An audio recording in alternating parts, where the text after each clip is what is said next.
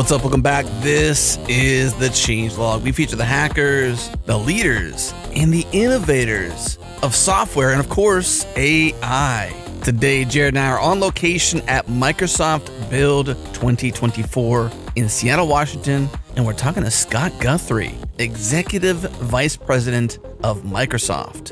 And Microsoft is all in on AI. The entire Build conference was all about how artificial intelligence, Copilot, and everything was being reinvented by AI. But what a treat it was to talk to Scott Guthrie, such a cool, iconic guy in our industry. And he even stuck around for about 20 minutes, just chat with me and Jared after the mics were off. A massive thank you to our friends and our partners at Fly.io. That's the home of changelog.com. Launch your apps, launch your databases, and launch your AI on Fly.io.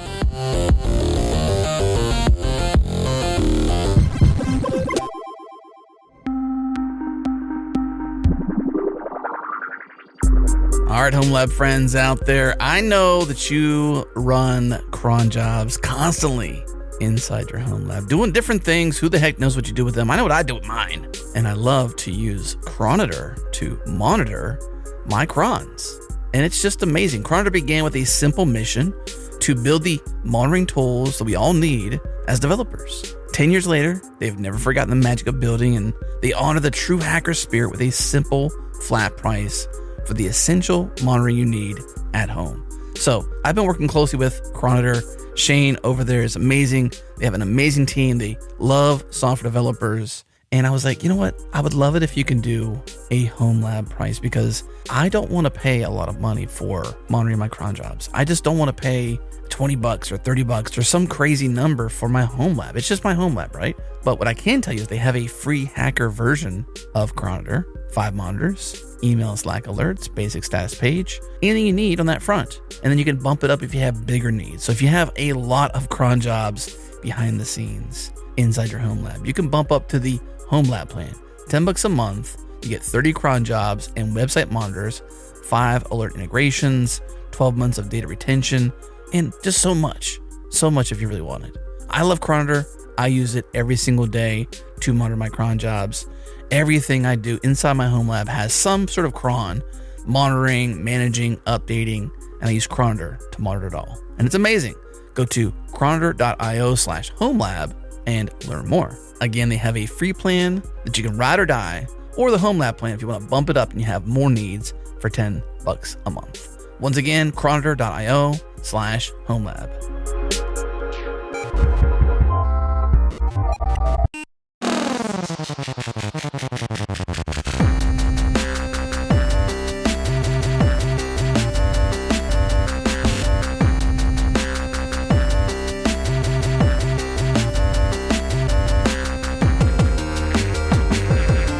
Well, we're here with the, I think, legendary Scott Guthrie in his legendary red shirt. I agree. Fresh off a keynote. Day 2 at Build. You just finished your keynote. Very good. Curious, I mean, you're so cool, calm, and collected up there. I'm sure that's from years of experience. Do you still get any nerves at all when you do these keynotes? Because there's thousands, is it thousands of people? I think it's probably a few thousand, so that's a lot of people listening to every word. Any nerves at all, or is it just like old hat now? I don't necessarily get nerves about being on stage. I think the biggest thing that, one of the things that I like to try to do is live demos in my keynotes. Mm-hmm. And so with live demos, there's always a little bit of, hope the network works. I hope nothing goes wrong. And it is live. And so sometimes people do click the wrong things or accidentally close a window. And so, that's the only part in the keynote where I sometimes hold my breath a little bit. Right. And, thankfully today that both the live demos very smooth. Were super smooth and all the speakers were awesome. And so it's fun. And, a little bit of adrenaline makes it fun. Yeah. If it was no stress, then it might be a little boring. You don't want to be too comfortable up there. I think one thing I noticed about these keynotes is that it's all very orchestrated. Like, I would be nervous not having a clicker to just advance to the next slide. Like, someone's in charge of that. So it's a teamwork thing, but then you're relying on somebody else to like transition at the right time and you don't want to talk too slow. Those are the things that would make me nervous up there. I'm sure it's always a concern for everybody. Yeah, it's only in the last year that I've given up my clicker. I it's always been comforting to have in my hand. Right. But when you have animated, slides that show architecture, getting your talk track with the clicks synchronized. Right. Sometimes I get so excited I'll talk and then I'll forget to have clicked. And so in the last really the last year, I think I've kind of done the trust fall, and I now have someone backstage that clicks next on the slides for me. And that does make it a little easier for me, but it means I can kind of focus a little bit more on what I'm talking about. It looks more polished too. Like the execution looks a lot smoother, like as if it's, like Jared said, orchestrated. A Just very well-oiled smooth. machine. Yeah, very impressive. Very polished. Right. The question, I think, though, having been through this is day 2, is the word AI being mentioned pretty much every slide. Are you excited about keeping to say AI? Are you kind of tired of saying AI? Like, what is your personal perspective on AI at this moment of having to say it so much? I like saying it. I think both because, for a lot of developers, it's still somewhat new. Right. And I think also for the world and the industry at large, we're still fully comprehending all the use cases for how we can use AI. And I think, it's a bit like when the internet first came out, or, mobile phones, suddenly became connected, and we had the iPhone moment, where people are just kind of still in that, could we do this phase? And I think that's sort of exciting because it is very much a platform shift. And, we're still in the early innings of kind of even understanding the art of the possible. Yes. And then everyone's trying to figure out how to make the possible happen. Well, even in all thus far at least, it's been more of skill stacking where Azure is matured, and you're obviously still advancing the platform. It is the supercomputer for AI for the world, as you say in your keynote. But all the discussion has been around integrations of AI, how to essentially give this superpower to all of Azure, all of Copilot, all of the Copilot agents that you can build yourself, which I think is different than the last builds we've been to. We've been to one build before this, right here in this very city. And I think even then it was around loving GitHub. I think the acquisition was still fresh. The last time we were here, was it 2018, 2019? Something like that. Something like that. Ancient history. Yeah, almost ancient history, basically. But now it's about the integration of AI. So you have to be excited because that is what the next layer of functionality is on top of the supercomputer, is the AI that you can not only leverage yourself as a platform, but give those feature sets to others to leverage as well.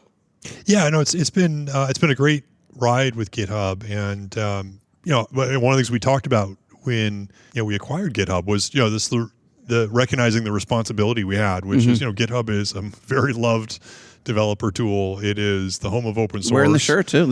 The hoodie is your GitHub hoodie. Yeah, I got my sweatshirt on. Yeah. And we recognize when we acquired GitHub that there's a lot of responsibility. It is open source. It is open platform. It needs to support multiple clouds.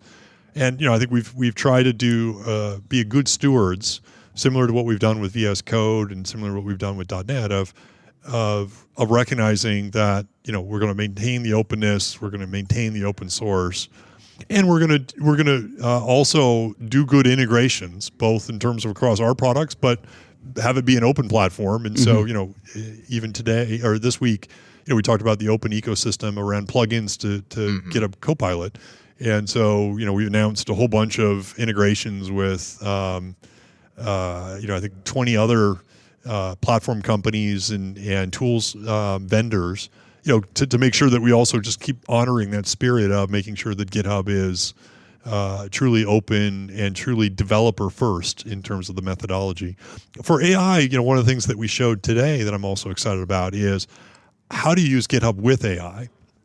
And obviously that, some of that is for the developer with GitHub Copilot, but I think also, the new support for what we call Prompty, which is an open source library that we're embracing with our Azure AI platform, so that you can basically check in artifacts into your source code, right, which basically describes your prompt, that integrates with the model, that can be versioned, that can be source controlled, that can be unit tested, and is very developer friendly. And that's a change even from our last build a year ago, where we showed very much using our Azure AI tools to do all the development, which were incredibly powerful. But for a developer, it's like, well, how do I write code? How do I version control? How do I do CI/CD?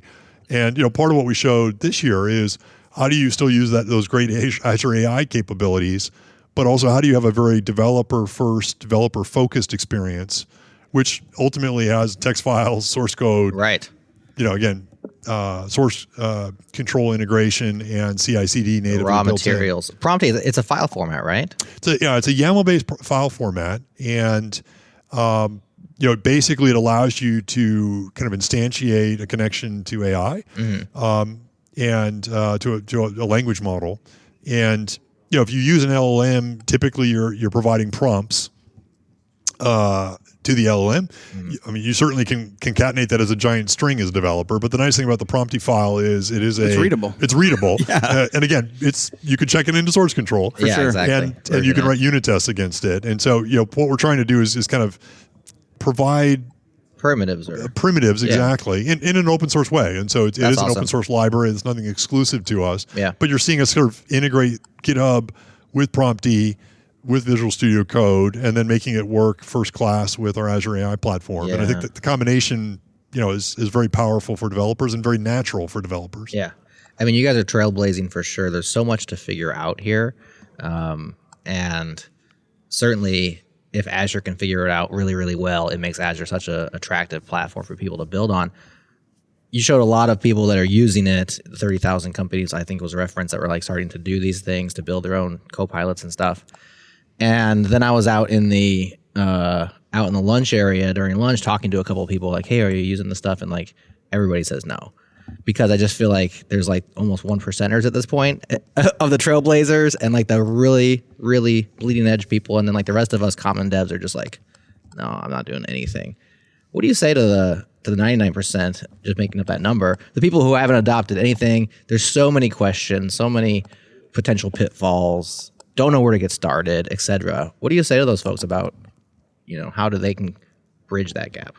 I think one of the things that's interesting about AI, and I think this is similar to kind of, again, going back to like whether it's the internet or whether it's the kind of the iPhone revolution, is it has entered the zeitgeist of people. And so even though there's lots of developers that haven't built an AI application, I think it'd be hard to find a developer on the planet who hasn't tried ChatGPT, who hasn't tried some generative AI app. Mm-hmm. And increasingly we're seeing, just millions of developers that are using GitHub Copilot as part of their day-to-day activity. So I think generative AI is something that most developers now are using in some way, shape, or form, or certainly at least tried. And to your point, I think where we are is still in the early innings. It's sort of 12 to 18 months since ChatGPT was unveiled. Right. And so, people are still trying to figure out like, okay, how do I actually pivot to be an AI first app, or how do I incorporate AI into my app? And part of what we try to do with Build is not just talk about the science and the art of the possible, but actually, from a practitioner perspective, here's how you do it. And, the first demo, or one of the first demos in my keynote was, showing how you build a customer-facing chat experience into an existing website, or it could be a mobile app. And, things like our Copilot Studio are really designed so that you can actually safely and securely build your first app, integrate it into an existing app, and not have to be a data scientist, not have to understand groundedness. Copilot Studio isn't going to be the tool for every scenario. Right. But if you're looking to kind of build 80% of solutions or 90% of solutions, it's probably good enough out of the box. And then what's nice is it has that no-cliffs extensibility so that you can call any API. And that was sort of the second demo that we did that was live in the Azure AI section, where we used Python, we used Prompty, we basically grounded a model, could use vector databases, et cetera. And I'd probably encourage people build a simple app using Copilot Studio, and then as a developer, keep going. And hopefully what we're showing with each of the events that we're doing, each conference, it is becoming easier and easier. And ultimately, I do think in the next 2 years, I think pretty much every organization on the planet is probably going to have an custom AI app that they built. Yeah. And it'll be again similar to other platform waves like the web or like smartphones. Everyone has one, and everyone has built an app for it. And I think that's what makes being a developer so exciting, is there's always these types of platform waves happening, and it's an opportunity to keep learning new tools and become even more valuable. Ride the wave. How far in to the Microsoft stack or the Copilot stack do you have to be in order to start dipping your toe in the water? Like if you're just a Python dev who maybe uses open source stuff generally, do you have to be like all in on Microsoft to try some of this stuff with you guys, or how does that work? Not at all, really. I mean, if you look at the demos we showed in the keynote, it's Python with VS Code, could run on a Mac, could run on Linux, could run on Windows, using GitHub. That was the core editing experience. And we did log into an Azure AI subscription, but it could be with any browser or any platform. Sure. And we didn't. You didn't have to be very deep at all in terms of Azure in order to kind of do everything that we showed. And what's nice also about Azure is we have world-class Kubernetes support, and you saw that with our AKS automatic support that we talked about as well in the keynote. So it's really easy to stand up a Kubernetes cluster. It's really easy to deploy a web app, whether it's Python, Java, Ruby, Node, etc. It runs on Linux. So if you're familiar with Linux, great. Our PaaS services work with Linux. We got great Postgres support. We got great MySQL support. We got great Redis support. So it's not. We try to make sure that when you approach Azure, you're not kind of having to learn a different OS or a different tool chain or a different language, and many of the same kind of core building blocks like Kubernetes, like Postgres, like Linux, like MySQL. We just provide as a service, and as a result, it should be very easy to approach. And even with our Azure AI platform, we obviously have our OpenAI models in there, which are incredibly powerful and very unique to Azure. But we have Mistral, we have Llama, we have Cohere, we have 1,600 other AI models in our catalog, and we do provide our models not only as models but also as a service. So you can just say, stand up a Llama or a Mistral model endpoint. Hit an API. And hit an API. And you don't even have to think about managing or operating the back end. That sounds nice, because I always think about that as being some sort of huge pain in the butt. I haven't actually done it yet, because I like to just hit the API. But that sounds like a lot of work. Certainly there's people who like that work and are good at that work. But there's those of us who aren't. Just a side note, like how instrumental has VS Code become? I mean, I remember hearing the story of how VS Code began inside of Microsoft years ago. We interviewed 2017. Yeah, we did a show on that. It had meager beginnings, as many things do. But wow, I mean, the success of it, and now just like it is kind of the foot in the door to a lot of what you guys are doing. That's just pretty amazing, isn't it? It's been a fun ride. I mean, it's. Did you see that coming? It's like long bets paid off. It's long bets, yeah. Seriously. And I would say there's certain things that we've done where I had high expectations, but VS Code is sort of taken far all the cake 10x higher than my highest expectation. Yeah, seriously. And, what a success. And I think with developers, developers don't like to be marketed to. You got to earn developer trust and earn developer love. And I do think with VS Code, the team really embraced that ethos of really being opinionated and really focusing on that developer love. And candidly, without the VS Code project, I don't think we could have done the GitHub acquisition. Right. In some ways, it was the GitHub team looking at VS Code, and at the time, GitHub even had their own editor called Atom, if you remember. And, oh yeah. I remember the GitHub CEO saying, like, I use VS Code, and he's like, I love it. And that was a key part of even sort of showing Microsoft is very much a developer focused company. Yeah. And a lot of people don't remember, Satya mentioned it yesterday, 50 years ago we were formed as a developer tools company. Our very first product was a developer tool, which was Microsoft Basic. Okay. Not Visual Basic, not Quick Basic, Microsoft but actually Basic. The original Basic. Okay. And so that developer tools ethos and that developer focus has very much been from the very beginning of the company. Yeah, that's so interesting. I would say that VS Code definitely was instrumental in changing my mind about Microsoft, because when I go back to my youth, I was very much like an evil empire guy, no offense, but was like anti. And I could see from our perspective, the change in attitude, writ large at Microsoft towards the open source world. And it made sense with Azure and like everything you guys are doing. In retrospect, it makes total sense, but I was still kind of like side-eyeing everything. And then like VS Code was like, no, this is legit, like very impressive, great tool. And now it's just like, now it's your foot in the door to all of this new AI functionality, which otherwise is very unapproachable, I think. And so just a cool story and such a success. We even seeing the thing run inside of VS Code too. All the integrations, like seeing it run in the tool is just, it's accessible to anybody. Anybody can go and install it. It's just like one install away, basically, right? One service away. So it's the black box of AI is a lot more accessible to common devs these days, I think, with VS Code for sure. And I like the idea of a long bet paid off. Like I'm sure somewhere along the line it was like, yes, this is a good idea. Not this is the best idea ever. And over time it's become the best idea when those ever. Download numbers took off, that's when they're like, okay, let's double down on this thing. Right. And it's, it's again, you kind of, I think there's lots of companies, Microsoft included in the early days, which would sort of say they loved open source. They would sponsor events. They'd put out marketing. But again, if you really want to prove your open source credentials, you kind of need to show up to show it and do it. Yeah, it's not about telling; it's about doing. And I think a lot of kudos even to the VS Code team. I mean, in the early days, there was sort of maniacal focus on performance, responsiveness, and really focusing on being an amazing code editor. There were lots of we had obviously Visual Studio IDE, which we still love.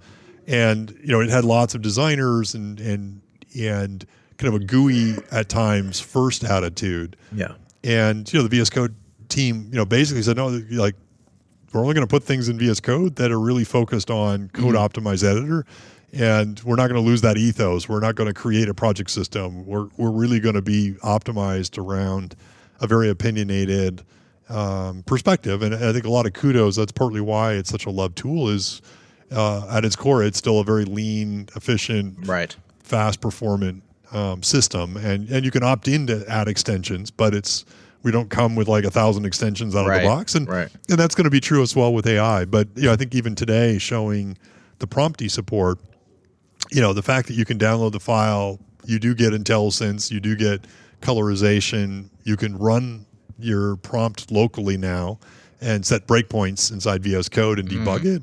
And it works with every model. It's not just, we showed OpenAI today, but it'll work with Mistral, it'll work with Llama. And the Prompty library is open source. And so, just that, like having, again, that integration, I'm hoping that we actually, similar to the approach we took with VS Code is really speak to developers and really build something that developers love and want to use. Yeah. It's not about marketing. It's not about keynote demos. At the end of the day, it'll be about, are we driving real usage because it solves a problem that developers need a solution for. I couldn't help but think about Clippy though. Clippy. Oh yeah. Prompty. It's a little different, but slightly. I mean, it's definitely a nod. They both end in Y. That's true. It's a nod of sorts, I can imagine. Somewhere along the way, the name resonated.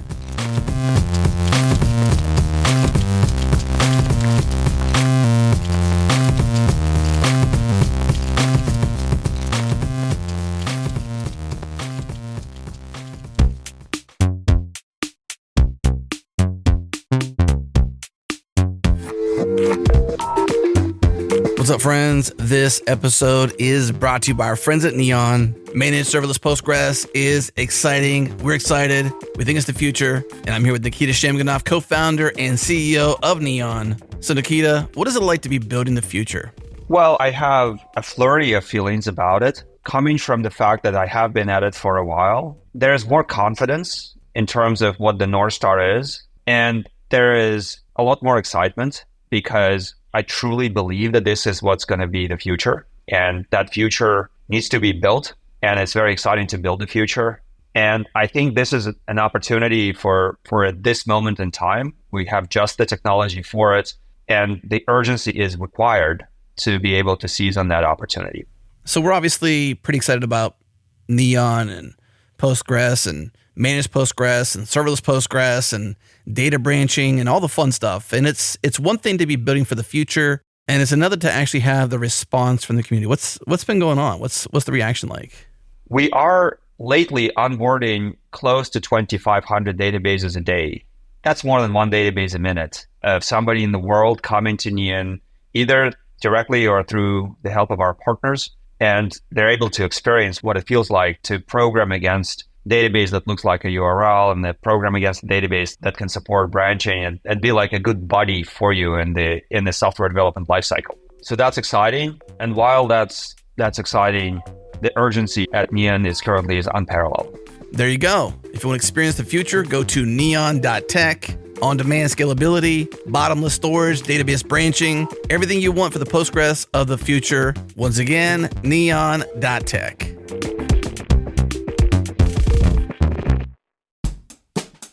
What's up, friends? Got a question for you. How do you choose which internet service provider to use? I think the sad thing is that most of us, almost all of us really, have very little choice because ISPs operate like monopolies in the regions they serve.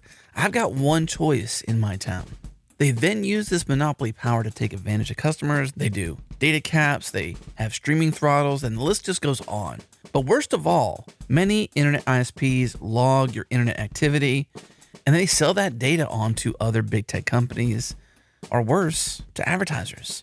And so to prevent ISPs from seeing my internet activity, I tried out ExpressVPN on a few devices, and now I use it to protect that internet activity from going off to the bad guys. So what is ExpressVPN? It's a simple app for your computer or your smartphone that encrypts all your network traffic and tunnels it through a secure VPN server, so your ISP cannot see any of your activity. Just think about how much of your life is on the internet, right? Like, sadly, everything we do as devs and technologists, you watch a video on YouTube, you send a message to a friend, you go on to X/Twitter or the dreaded LinkedIn or whatever you're doing out there. This all gets tracked by the ISPs and other tech giants who then sell your information for profit. And that's the reason why I recommend you trying out ExpressVPN as one of the best ways to hide your online activity from your ISP. You just download the app, you tap one button on your device, and you're protected.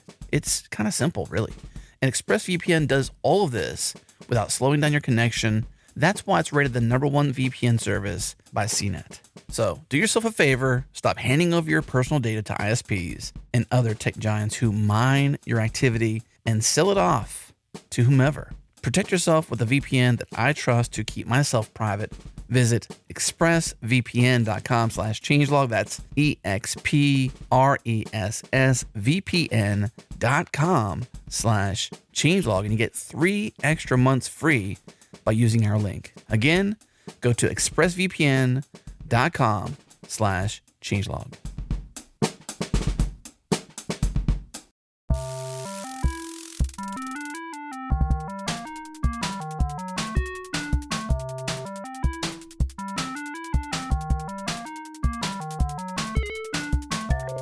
One thing you said early on in your keynote, you said every app will be reinvented with AI. And you also said the data is the fuel to enable this. Can you talk about this also having this world's most loved developer tooling, GitHub, VS Code, we've been talking about that. How do you think in the next maybe year, I guess to next build, will AI be reinventing applications? How will we be doing that? Is it just the agents? Is it Copilot? What are some of your thoughts on that? I think the thing that you're going to see over the next year or two even is I think you're going to continue to see kind of the AI use cases inside applications evolve. You know, we have lots of scenarios, and we're doing it at Microsoft, where you have kind of a Copilot experience inside your existing tool. And I think there's going to be an awful lot of that over the next year. And that's a very logical way that you can start to integrate AI conversation scenarios with natural language into existing workflows, into existing applications that you already have, whether they're web, mobile, client. I do think you're going to start to see a point, and it's probably, starting now, but I think you'll see it even more over the next year or two, where the model will invert a little bit, where instead of starting in an existing environment and there's sort of this Copilot on the side, the Copilot becomes the primary environment.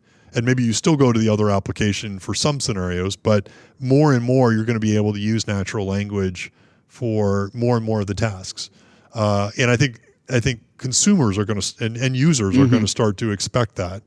And even if you look at, say, the Copilot demos that we showed a year ago, the ones we showed 6 months ago, and then the GitHub Copilot workspace scenarios we showed today, you're starting to see that evolution where instead of I started my code, I highlight something, I ask it for something in Copilot, you can start to now ask multi-turn style scenarios in natural language and drive that experience. And I think you're going to start to see this application pattern evolve. Shift, yeah. And as the models get richer, as developers get more comfortable with building these types of AI applications, I think that's going to be one of the big shifts that you'll see. And I think that's, again, not too different from when the web came out or when, the iPhone came out. Often these apps started very simple. The website started very simple. And then as people got comfortable with it, they became richer and richer and richer. And the paradigm shifted from let's replicate what was previously done in Win32 into a web app to, no, let's actually have an optimized web experience. Same with the iPhone. Let's not just shrink our website. Let's actually think about a native mobile app.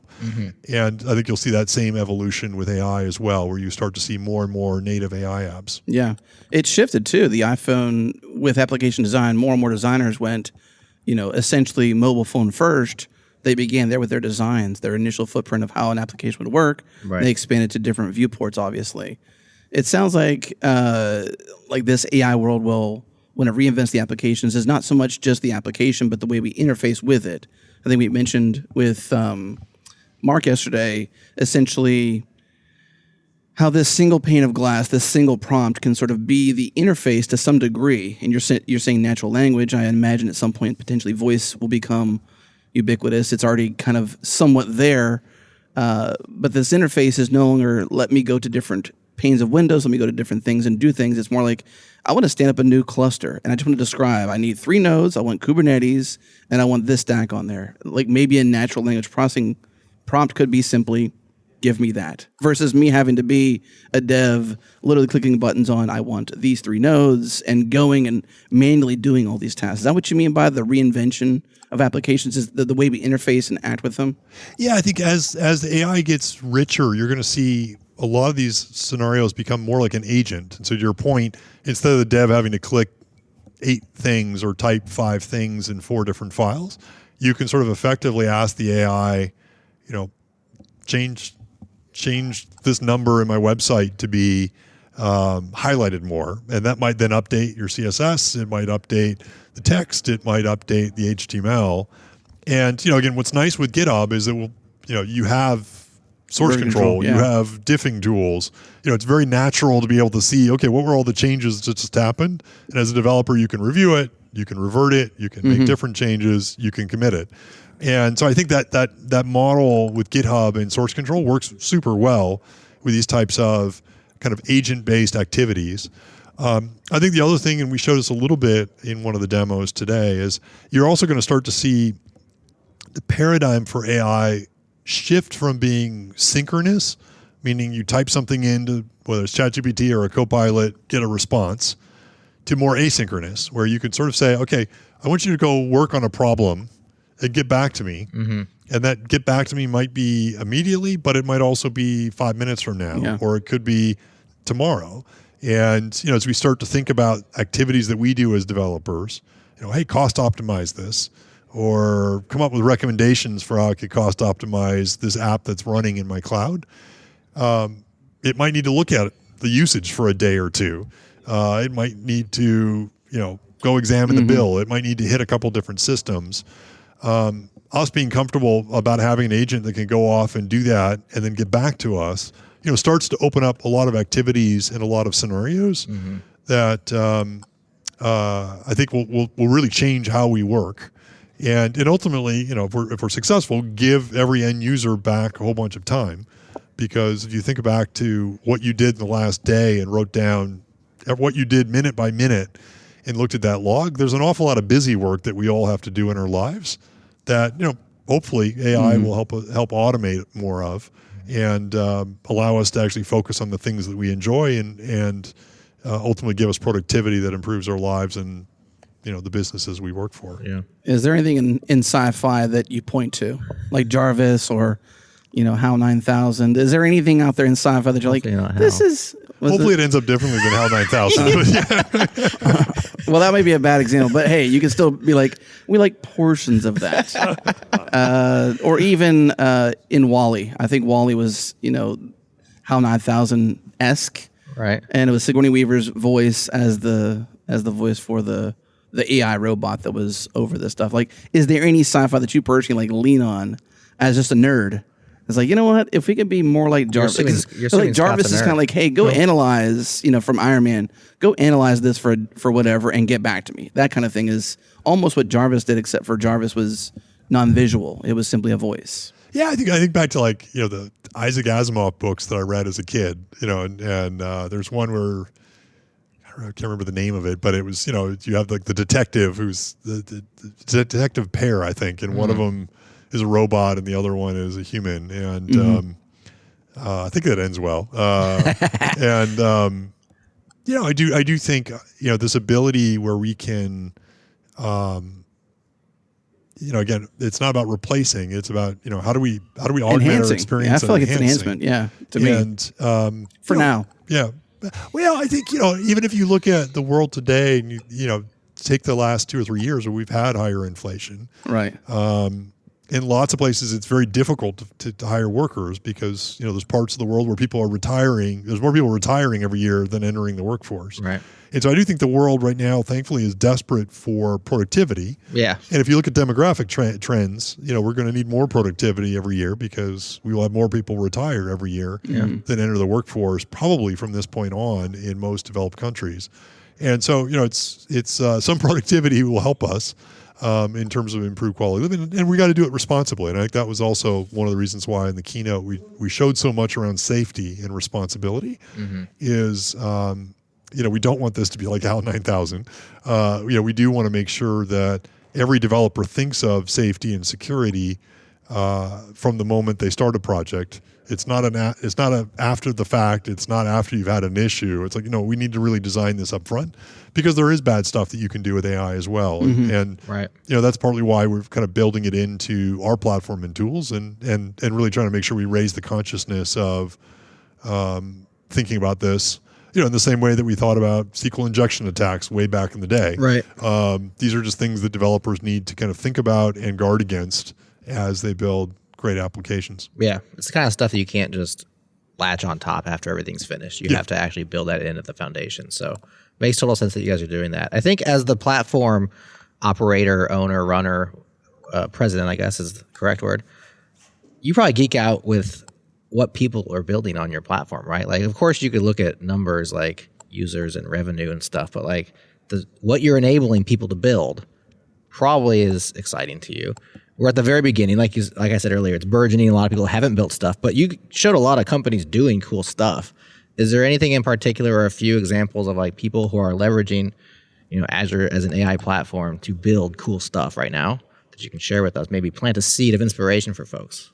Yeah, there's many scenarios. I mean, I think we talked about 50,000 companies using Azure AI already in production today, and so there's it's always dangerous to pick one because then you upset 49,999 others. All right, good disclaimer. Now go ahead. But I think some of the stuff I get most inspired by is in healthcare. Okay. Partly because the healthcare industry has just gone through a super difficult time with COVID. The physician burnout is at an all-time high. This is an industry where there are fewer doctors leaving every year than entering the workforce, and doctors and nurses are just tired, and they've gone through a lot the last several years, and unfortunately in parts of the world, including here in the U.S., the demands in terms of documentation are very high, and so part of what doctors don't like is that they like medicine, but spending 2 hours a night writing up your case notes from the people that you saw during the day. Right. That they don't like that. They'd much rather have dinner with their families and unwind. Yeah. And if we can really add productivity to their lives and take that drudgery away, they have much more fulfilling experiences. And we're doing some work ourselves with Nuance, which is a company we acquired 2 years ago, and it's with clinical documentation. And now you can basically just put, the doctor has a cell phone, ask the patient, Is it okay to record this conversation for my notes? Pushes a button, and then the doctor can have a conversation with the patient, look them in the eye, have empathy, not have to take any notes. And at the end, it'll automatically create not a transcript, but actually a summary that you could save in the EHR of the complete visit. And the doctor can review it, edit, save. And, we literally get love notes from doctors who are just like, this has transformed my life. I now see my family. I leave at the end of the day and I don't have work I'm taking home. Yeah. And we're also, and we showed it in the keynote, working with Epic, who is the leading healthcare provider system. And in the keynote, we showed scenarios where if you use MyChart as an example in the US, lots of people probably are familiar with MyChart. A lot of health systems expose it directly to patients. And it's a way you can message your doctor. And it's great. At the same time, sometimes doctors then have to respond. And if all their patients are sending them hundreds of mails a day, that is work. And what MyChart now does with the built-in Copilot support they've done is they can now draft responses for the doctor. And it adds more empathy. It helps bring in a lot of the details. It helps the doctor understand and potentially understand things they might have missed based on the medical records and based on what the patient's saying. And, it's again a great example of leading to much better healthcare outcomes, much better patient experience. But at the end of the day, making physicians, so much more productive, happier, and more engaged with their jobs. And that's kind of gets me kind of excited because it's I've literally had doctors cry really in front of me as they're describing how it's changed their life. And that feels good. Cry in a good way. Well, you give somebody 2 hours of their day back, 5 days a week, maybe more. Yeah. And that's 10 hours. Serious. Yeah. Is that right? Good math. Yeah. 2 times 5 is. I mean, that's real time. Like real you time. said, it's not. It's At not the same arbitrary. time, you also have this recorded record too, which is kind of like CYA in some cases with the patient relationship and the doctor relationship. There's some version of the thing that happened that's like, this is a source of truth. This was what was said. This was what was discussed. So there's probably some liability concerns that get diminished as a result of that too. And then obviously you have to have the opt-in for the patient. But we experience something just like that when we do our podcast. We record in Riverside. At the end of it, we get a summary, all the show notes, keywords in it, and we don't copy and paste. We use it to save ourselves time. Yep. Right? This is what was said. Yeah. It's a reminder. It's pretty accurate. So we're the doctors in the podcast world enjoying something similar because that's like a patient visit. We sit down, we can be present. At the end, it's transcribed. Right. We use what we can from it. And we don't have to sit back and say, what did we actually talk to Scott about? Well, it tells us for the most part what we did. And we're just using that to build our summaries and to do our intros or whatever it might be. And if my doctor's doing a version of that in the medical field, that's awesome. Yep. And my example of an internal use case, it's not a product, but it's something that we've built.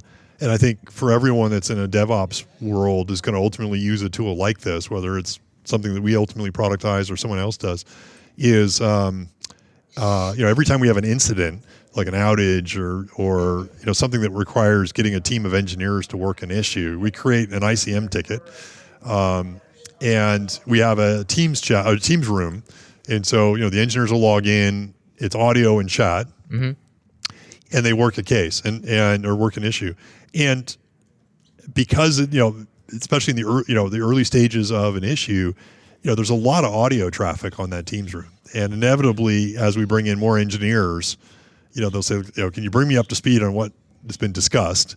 And sometimes people take notes, but they're often terse because people are working the issue. And, over and over you hear, people describing a summary of the thing to the person, and then someone else joins, and then you describe it again, and then someone else joins and describe it again.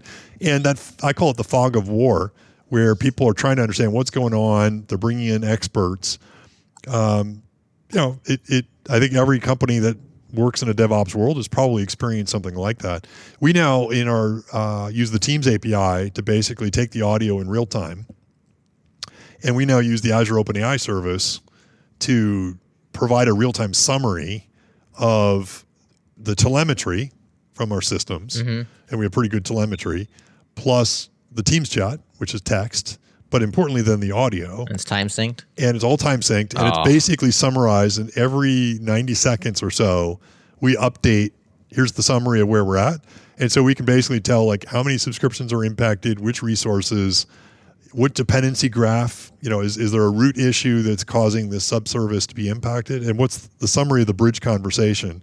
And it's amazing in 3 bullets how we can actually summarize the issue. And if you'd asked a human to write that down, they'd never be that accurate, right. And they would never be in real time. And there'd be someone who's just a scribe who's having to type that up, right? And as someone who gets notified every time there's an incident, it's been great for me because otherwise I'd join the bridge and listen, and now I can just on my phone actually keep an eye on it and decide whether I need to join or not, right? Because I'm always getting kind of an update information, and that kind of ability to kind of fix the fog of war and actually help take stress out of our engineers' lives, certainly takes stress out of my life too, but also more importantly means we actually solve issues faster. And again, that's it goes back to the burnout too. Like you're not burning out because you're in the minutia of what doesn't matter to you. You're actually effectively using your time, being with the people you need to be to do your job well for Microsoft. I mean that's how you avoid burnout. It's much less stressful. Focus on the things that matter, right? Exactly. Well, it's even a job that nobody really wants. I mean, we talk about who's going to take meeting notes or whatever. It's like it's either dictated by the boss, like you're going to do it. Okay, it's my job, I'll do it. Or it's like a volunteer thing, like, hey, who wants to take meeting? I'm pretty good at it. I'll do it. Sure. Yeah, and always that same person who happens to be more amiable than the rest, and like they don't really want to be doing it. So like this is work that nobody should have to be doing, and they're going to do it like you said, probably a little bit worse because you have to be fastidious. You can't get distracted, right? Then you can't be solving the problem with everybody else. You're just taking the notes. So I mean, there's so many small wins there that add up. It's just really cool. Absolutely. And it's fascinating if you have someone who's a scribe who's actually listening to a conversation. The typical human only kind of understands about 93% of the conversation. I think it's somewhere around there, the stat. Okay. Yeah. And so like if you listen to this podcast and then ask someone to write a summary of it, right? They wouldn't actually be 100% accurate. They would actually probably be low 90s, even if you ask them to listen to a paragraph and write it out. Just because we bring our own stuff, or why? You don't listen. Well, there's a lot. We're talking fast. We're going back and forth. Right. There's context that we assume that the person listening might not, and and people bring their own biases or their own what have you. And history, it's interesting also with some of the AI. Like once you can get to that kind of, I'll call it human comprehension level, the experience of the end user using that AI application is completely different. So that physician, once the notes look like they're more accurate than what the doctor who just sat through the conversation recalls, like, whoa, that's amazing. Because the physician wouldn't have been able to remember those, 3 or 4 paragraphs of notes. They would have maybe done 1 or 2 paragraphs, and maybe they would have forgotten something or maybe not picked up on the nuance. And now we're actually starting to see these models, even with audio, be able to kind of comprehend at times even higher than what a typical human would if they were listening to the conversation and taking notes themselves. Yeah. But you can hear intent in the voice too. The way you speak, the diction, the speed, the emotion is a version of intent that the AI can eventually become more and more skilled at so that the nuance can be connected. Whereas the doctor may be like, I want to be in the moment. And then after the fact, they're just sort of the verify part of it. They're the human verification process. It says, okay, this was accurate. This is what I would agree with. And then maybe in some cases it enhances what the doctor may have or may not have prescribed as a part of the conversation. And it helps the doctor actually focus on the patient. I think the other thing that we're hearing from doctors is often they were typing furiously in their laptop, and so they're staring at their screen as opposed to the patient. And as a result, they're missing the nuance, the pause when someone answers, are you having any issues, or how often does this happen? If you're not looking and watching them, you might say, well, think back again. Is it really happening every day, or is it happening a couple times a day? And several times we've heard from physicians of if I stare at my patient, I see more, and then also the patient feels more comfortable sharing. You don't feel comfortable if someone's furiously typing away at a laptop. Necessarily sharing everything that you might have an issue with, and so it leads to better outcomes and a much more emotive experience to the patient, which ultimately builds the trust and ultimately makes them feel more connected to their physician and ultimately leads to better healthcare outcomes. I think that does lead me to the conversation, which I guess we've been avoiding thus far because we've had it with a few other people, but it's important, is this safeguarding around, hallucinating. Because if the record is the AI summary and you don't even have the original text and you're just going to rely on that, and maybe the doctor doesn't do their job of like reviewing it, they just throw it in the database and then 3 weeks later you pull it out and it's like, this one bit was wildly wrong. Or sometimes it's nuancedly wrong, but let's just say the case that it's wildly wrong. That could cause some serious problem in somebody's life, right? We're talking, we have histories of people who amputate the wrong leg, for instance. Like, it'd be very easy to have the wrong word there. Or the wrong person in surgery. Yeah, all kinds of stuff that goes wrong. So, humans, we make mistakes all the time, but these things that we're building, we don't want them to be as bad as we are. We want them to be better than us. So I know you guys are doing stuff in this regard. A lot of it seems like kind of like packaging and safeguarding around and testing the black box, but beyond things that you're currently working on, which is the prompt shielding, what's the grounding techniques? The groundedness. Yeah. These other things that are like verifying and constraining, checking inputs, checking outputs. Is there some way of eventually, or maybe even soon, I don't know what y'all are working on, like fixing the root problem of the hallucination in the first place? Yeah, it's a great point, and kind of going back to even the previous conversation we had of even humans listening often get things wrong. Sure. And so I do think it's one of these things where, certainly for business processes, take healthcare as an example, you do want to actually have the counterfactual check. Yeah, you do. Before you do something that is certainly life or safety. Same is true in financial systems. Typically people have compensating models that actually either fact check or do the counterfactual before you actually decide. You don't just have one AI evaluation before you do something. Get a second opinion. Basically a second opinion. And that's even why, if you think about, if you ever see a doctor and get prescribed medication, there's a reason why a pharmacist has a, pharmacist degree, is the pharmacist will actually check to see what the doctor has actually prescribed and compare it to what else you're taking. Right. And, the pharmacist will actually stop potential prescriptions if they recognize, wait a second, you're also on this, and these two things don't work well together. And that is sort of standard business process today, pre-AI. And I think we're going to need to make sure we replicate that with AI as well. And so, as an example, a lot of the healthcare scenarios that we've talked about, both Nuance and Epic, do have basically fact checking, where you do have the original audio, you do have the transcription, and compares the summary to make sure that, for everything that is a reference to a drug or a reference to a dose or reference to, a particular ailment, it will go back to the transcript and verify that was the exact drug, the exact dose, the exact ailment. And that's going to be important for all of us as we build these models, is to kind of build that type of workflow, similar to what we do with humans. And the loop, and that's where, again, on some of these healthcare scenarios, whether it's with Nuance or with Epic, ultimately the physician does review everything that's saved or everything that's sent to a patient or an order. And they also make a human judgment call on the output as an additional safeguard. And I think that's similar to what we're doing with GitHub Copilot as well. We never check in code for you automatically. Right. You always see the code that was produced. You always see the diff. And as a developer, you're always in control. And I think that's going to be important to kind of embrace as a mindset. At the same time, we are going to continue to kind of make the models better. And even if you look today versus 6 months ago or versus 12 months ago, hallucinations are going down. They're not zero, but they are definitely going down. And I think you're going to continue to see models evolve where, when you ground them with data, similar to what we've shown in here at Build, you can also further reduce the hallucinations.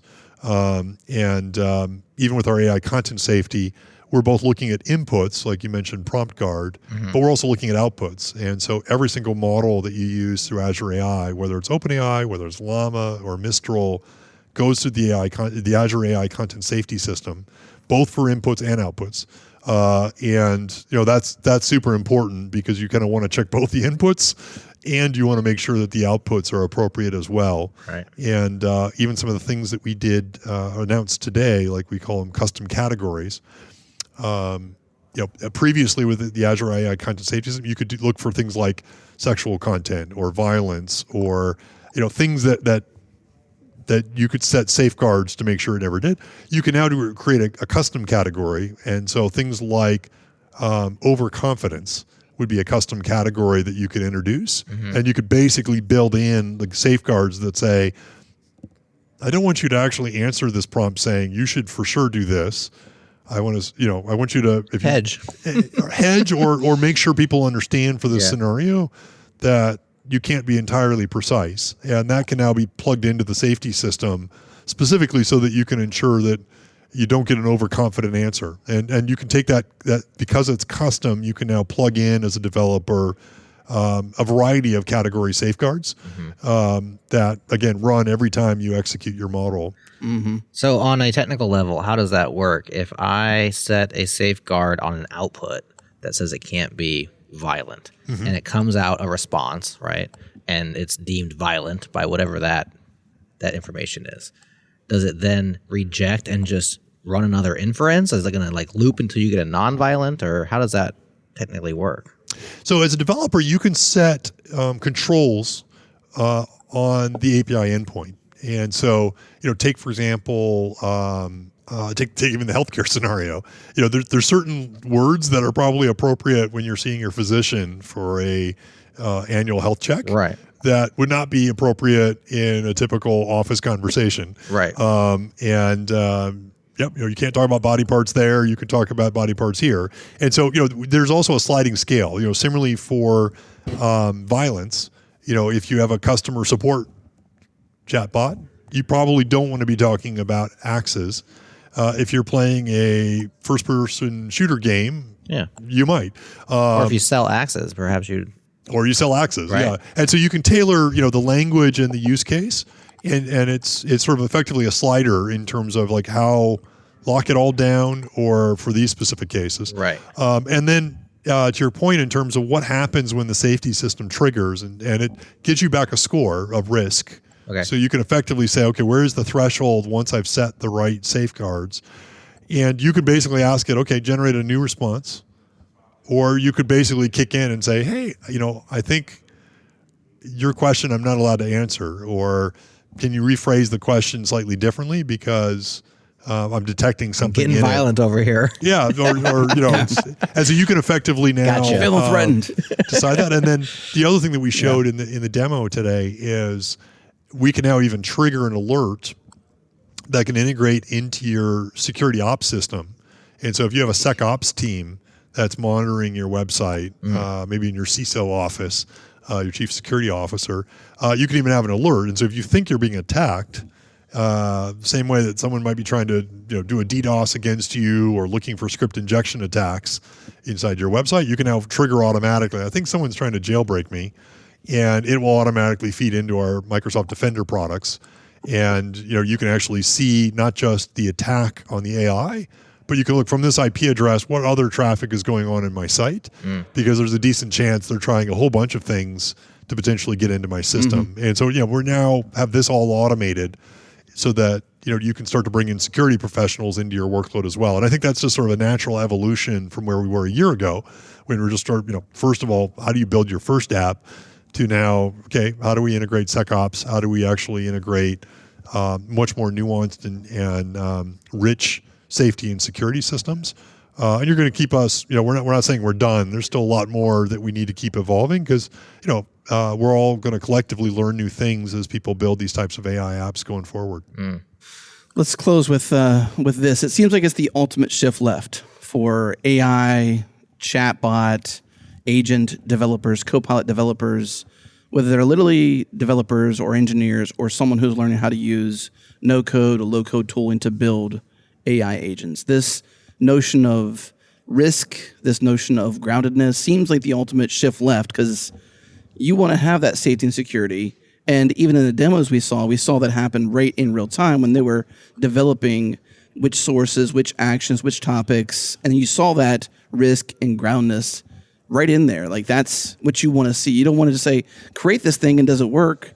But it also has, risk parameters, groundedness parameters. Did the original context come into the play And then I think there was like percentages and stuff like that. To me, seems like the ultimate shift left for this to put it out there safely, not just securely, but safely as well.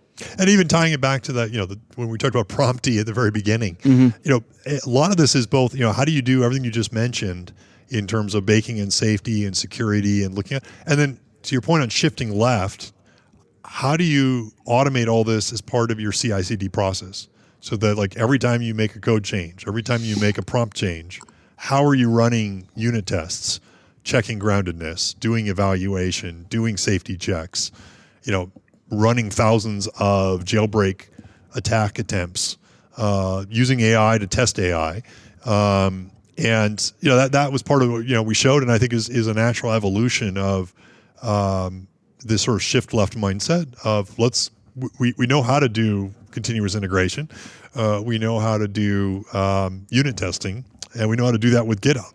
And with the VS Code and the tools that as developers we live in every day.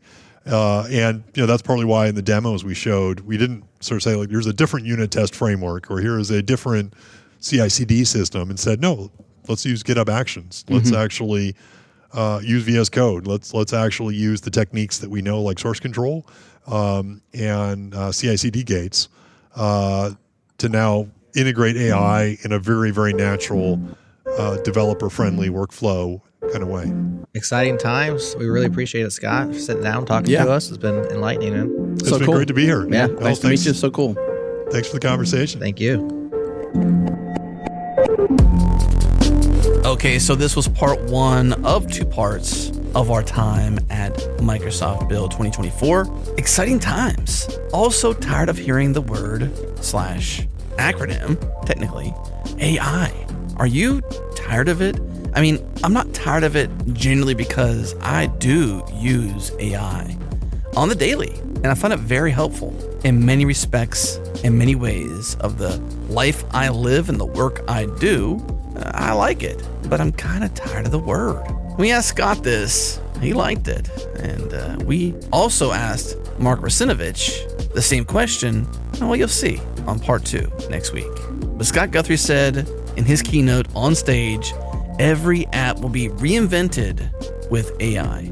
We learned a little bit today here in this conversation, but I'm curious what you think. Hit us up in Slack, changelog.com/community. Everyone is welcome. No imposters. Hang your hat, call it home, and hang out with fellow nerds who just like tech and like software and like to hang out together. And I'll see you there. Of course, I want to thank our sponsors for today's show, Chronometer, Neon, and ExpressVPN. And also a massive thank you to our friends and our partners over at Fly.io. Launch apps, launch databases, and of course, launch your AI near your users. I mean, it's cool. Fly.io. And to the mysterious beat freak in residence, Breakmaster Cylinder, bringing those banging beats that we love so much. Thank you, BMC. Thank you. That's it. This show's done. Stay tuned for next week when we have our part 2. We'll see you then.